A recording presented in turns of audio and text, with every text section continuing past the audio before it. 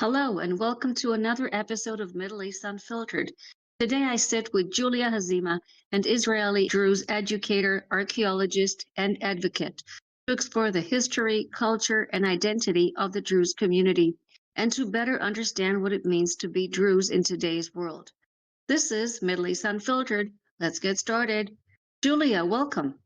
Hi, thank you for having me again. It's an honor to be here. Always a pleasure. So, Giulia, can you please tell us who are the Druze and how did the community originate?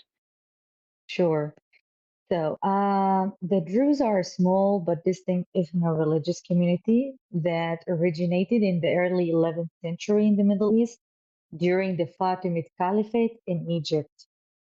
And the faith branched off from Ismaili Shia Islam, but it quickly developed into a unique religion of its own, with influences from philosophy, Greek philosophy to be specific, Neoplatonism, Gnosticism, and Abrahamic traditions. And from Egypt, the Druze faith spread into today's Lebanon, Syria, and northern Israel, Carmel, where they all remained for 1,000 years. The Druze trace their spiritual roots back more than 1,000 years, but their connection to the biblical world runs even deeper. So, in the Druze tradition, we have the main prophet or the principal prophet, Prophet Jethro of Midian, known as Nabi Shu'aib, where we have his shrine in Tiberias, Hatim. Uh, Nabi Shu'aib is revered as our spiritual ancestor and greatest prophet. Jethro also was known as the father-in-law of Moses, the man who gave him counsel and shared wisdom at a substantial moment in the Exodus story. For the Druze, this bond between Jethro and Moses symbolizes continuity, a link between the ancient traditions of the Israelites and the unique path the Druze later took in the 11th century, when their religion emerged in the mountains of Balivan. Now, there's a story behind the name Druze. Where did the Druze get that name? This name came from the heretic who tried to twist the Druze religion, and that's how we got struck by this name. He's called Nashtakin al-Darazi. Who is Nashtakin al-Darazi? He is a Druze missionary active in the early stages of the Druze faith, who was active, sorry, in the early stages of the Druze faith. At that time, he was highly regarded and among the most prominent religious figures. So after the Druze religion became established and planted deep roots in the Levant, Nashtakin sought to change the religion to satisfy his whims and gain more power and influence. The founders of the religion condemned him and they outcasted him from the community, as well as his followers from the Druze community, saying that he intended to corrupt the Druze religion and twist it just to gain more converts. So while he was outcasted or disowned by the community, him and his followers sought every chance to sow discord and chaos in order to convince as many people as possible to join his religion. So Nashtakin permitted what was forbidden in the Druze religion. These vile actions and deeds reached the rulers of the region in Egypt, Syria, Anatolia, now today it's Turkey, who named his followers the Druze, so i.e. the followers of Al-Darazi. So the name Al-Darazi is very negative among the spiritual leaders of the Druze community and the Druze community in general. At one point, so Nashtakin created conflicts between the Sunni and Shia Muslims in Egypt at that time. So he gathered an army of his followers to lay siege on Raydan Mosque and to kill founders of the Druze religion. So this plot ended in failure. The very next day, Nashtakin was killed by Imam Hamza ibn Ali, one of the founders of the Druze religion. So the Druze are falsely called by this name through association with Nashtakin al-Darazi, who was considered a heretic by all Druze. So the name Druze is not mentioned even once in the religious text, by the way. The preferred name is Al-Muwahhidun, the monotheists, which is mentioned in that religious text. So throughout history, our enemies, the enemies of the Druze, called us Druze just to spite us, based on what Nashtakin Darzi has done. And the name stuck to this day. So the Druze were sometimes called Bani Ma'ruf by their neighbors. Alongside the name Druze, we have the name Bani Ma'ruf, which this name reflects the positive qualities seen in Druze society, which are hospitality, devotion, loyalty, tolerance, and willingness to shelter the persecuted. And over time, the name came to symbolize the closeness that developed between the Druze and the neighboring communities of other religions, despite theological differences.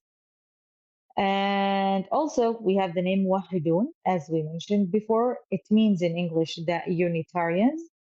This name embodies the absolute oneness of God, Tawheed. God is united and one, which is the central idea of the Druze faith. And unlike other Muslim sects that also claimed to the title Muwahhidun, the Druze practice secrecy, limiting their sacred texts and teachings to initiates uqal, meaning the religious ones only. And that's why our religion also is very secretive. And it was officially called Din al-Tawheed, the religion of oneness, or also wisdom of the Tawheed. Very interesting. So, what are the core beliefs or values of the Druze faith? So the Druze faith emphasizes absolute monotheism and the pursuit of truth, loyalty, honesty, and strong community solidarity. Unlike most religions, Druze practice is not based on rituals or external ceremonies. We don't have any religious rituals, by the way, but we rely on inner ethics and conduct. Daily life is shaped more by values such as honesty, respect for elders, service to the community, and safeguarding honor than by ritual obligations. The Druze, they're often described as a mystical or closed religious group. Can you tell us why is this seen this way? The Druze faith is considered closed or secretive or mystical because, first of all, conversion is not permitted. No one can convert and be a Druze. One must be born into the community. Both of your parents have to be Druze, and your grandparents, great grandparents have to be Druze. This is how it goes. The religious texts are reserved for a small group of initiates called uqal, as I mentioned before, the wise one, the religious ones, while most Druze are juhal, the uninitiated, meaning non-religious, but we can be conservative at some point. Outsiders often see this secrecy as mystical, but for the Druze, for us, it's a way of preserving a tradition that has survived for centuries and centuries of persecution. How does the Druze identity combine everything, you know, religion, tradition, and loyalty to the countries where they live? The Druze identity is very unique in that sense. It is built on three intertwined elements: the religion, our religion, the cultural traditions, and loyalty to the countries in which we live in. So the saying often used is, where we live, we protect the land. This has made the Druze known for their patriotism, whether in Lebanon, Syria, or Israel, while still preserving a sense of shared heritage across borders. hmm I want to focus on the Druze in Israel. When did the Druze community become a part of Israel's social and political landscape? And what does it mean? Wow, that's an interesting question. And the answer to that is very also historical and very unique at this point. And the truth must be told about the Druze community of Israel and how it became part of this great state. So the Druze of the Galilee, Carmel, and the Golan were incorporated into the state of Israel in 1948 when the country got established. From the early years of the state, Druze leaders made the decision to integrate, building a pact of loyalty and mutual recognition. Over time, the Druze became an integral part of Israel's civic, political, and security life. So the Druze in Israel, in terms of population and geography, we are about 150,000, mainly living in northern Israel, in the Galilee, Mount Carmel regions, and in the Golan Heights. In Israel, we have Daliat el Carmel and Yarka, in which both are the two largest Druze villages in the country. Now, looking at the historical aspect of how this relationship started in the first place, before and during Israel's establishment, the Druze inhabitants refused to leave their villages as requested. So, in his memoirs, Mr. Asad al-Atrash wrote a letter and a statement to Sheikh Tarif at that time, may he rest in peace. And in that letter, he wrote as this. He traveled from Yarka to Al-Qraya in Jabal al-Druz on June 15, 1948, with Sheikh Amin Tarif, may he rest in peace, and Sheikh Ali al-Malham and Sheikh Jabr Maaddi. When the party arrived in Qraya village, Sheikh Amin told Sultan Basha, the Arab society claims that Druze villages border Jewish areas and that Jews will eliminate them. Thus, the Druze must leave their villages for Syria and their mountain community. The Arab society promises to return us to our communities in 50 days, enough time to expel all Jews from Palestine. Basha, any advice? So, Basha replied back in his letter, beware of abandoning your villages, because others have bought and sold, but not you. You must defend your nation and honor. We won't accept migrants. So His Excellency praised this idea for its daring and religious passion and ordered its implementation, meaning that us, the Druze in the Galilee, and the ones in the Mount Carmel, had to remain in our lands and not believe what the Arab League had sent us, that the Jews are going to kill the Druze and take their lands. And it turned out that everything was just a lie to get us sell our lands and flee, just like many Arabs did at that time. So during the 1937, the Great Arab Revolt, Jewish women and children from Atlit were evacuated to Daliat el Carmel after the Battle of Ramat Yochanan. What happened was very crucial at that time. So state fighters decorations were granted to about 160 Druze fighters who fought for the state before its founding, by the way. And in the War of Independence, 700 Druze fought for Israel.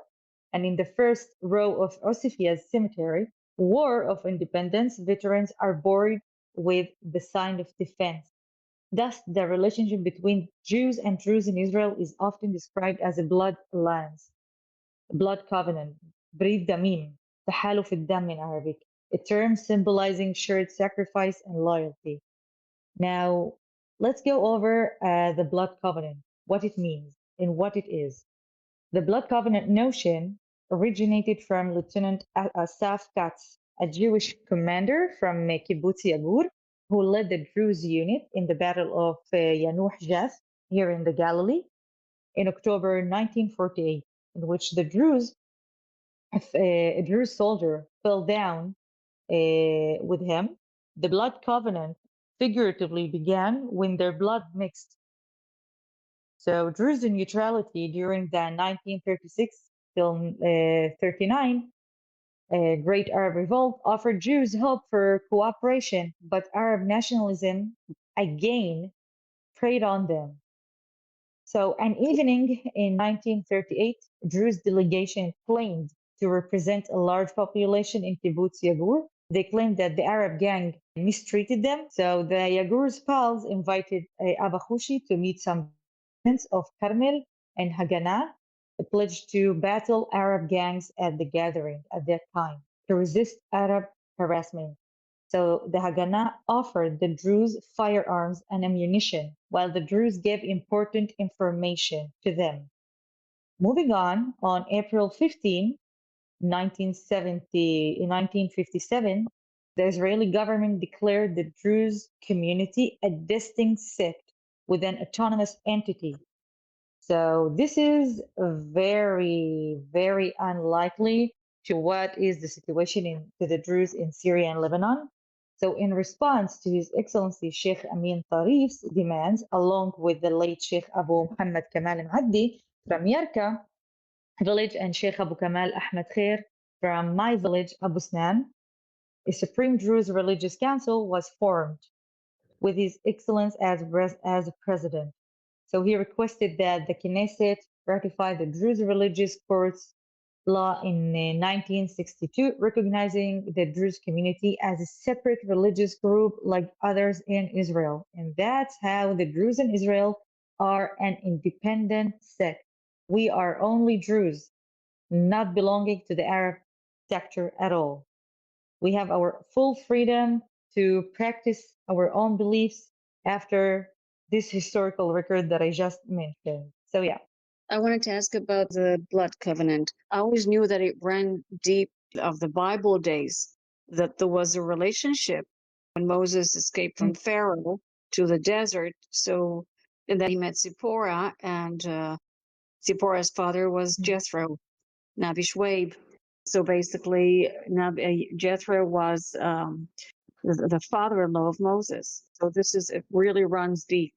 Exactly. It's also very important to mention that the blood covenant, it's not just from 1930 and on, but it was before. Giulia, how is the relationship between the Druze and the Israel state different from that of the other Arab minorities?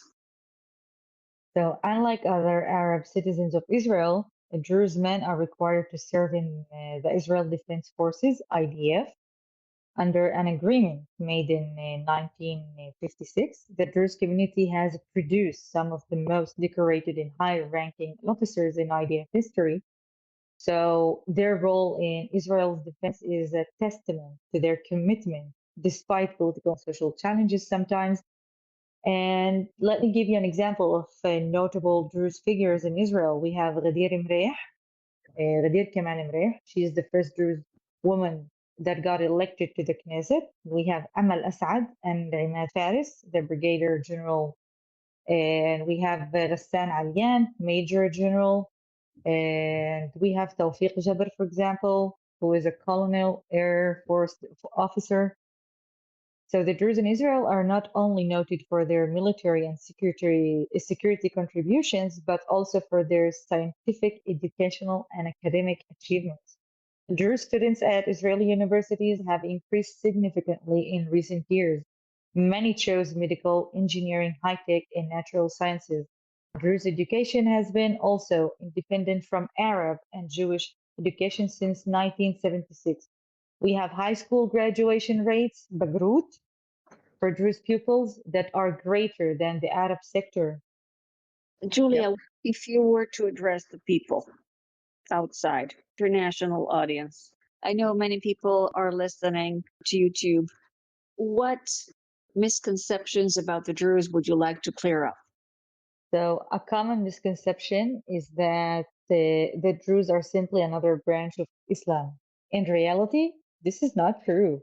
This is a misconception made by many. Their faith is independent and very different from ours. We, as I mentioned in the first question that you asked me, we have our own distinct, unique, and separate religion, and which is also secretive. And another misconception is that the community is entirely insular. While religious texts are closed indeed and secretive, the Druze society itself is very open, hospitable, and engaged with the broader society. This is a misconception made by many when they hear it's a secretive community. So it must be isolated from the rest of the world, which is not true. It's true that not many know about us because we choose not to talk about our religion openly, but we are open to the outsider world. Thank you very much. Giulia, looking ahead, what does the Druze community in Israel hope to preserve and what do they want to change? So the Druze hope to preserve their strong community bonds, their traditions of honor and solidarity as it used to be before, and their role as loyal citizens of Israel. And I'm speaking of the Druze of Israel at the moment. So the vision is to keep our heritage alive while ensuring that the younger generation can thrive as full equal participants in Israeli society. Thank you very much. It was very interesting, Giulia. I've learned a lot. Some things I knew when you talked about their beliefs and their values. It was very interesting. See you next week. Thank you for having me.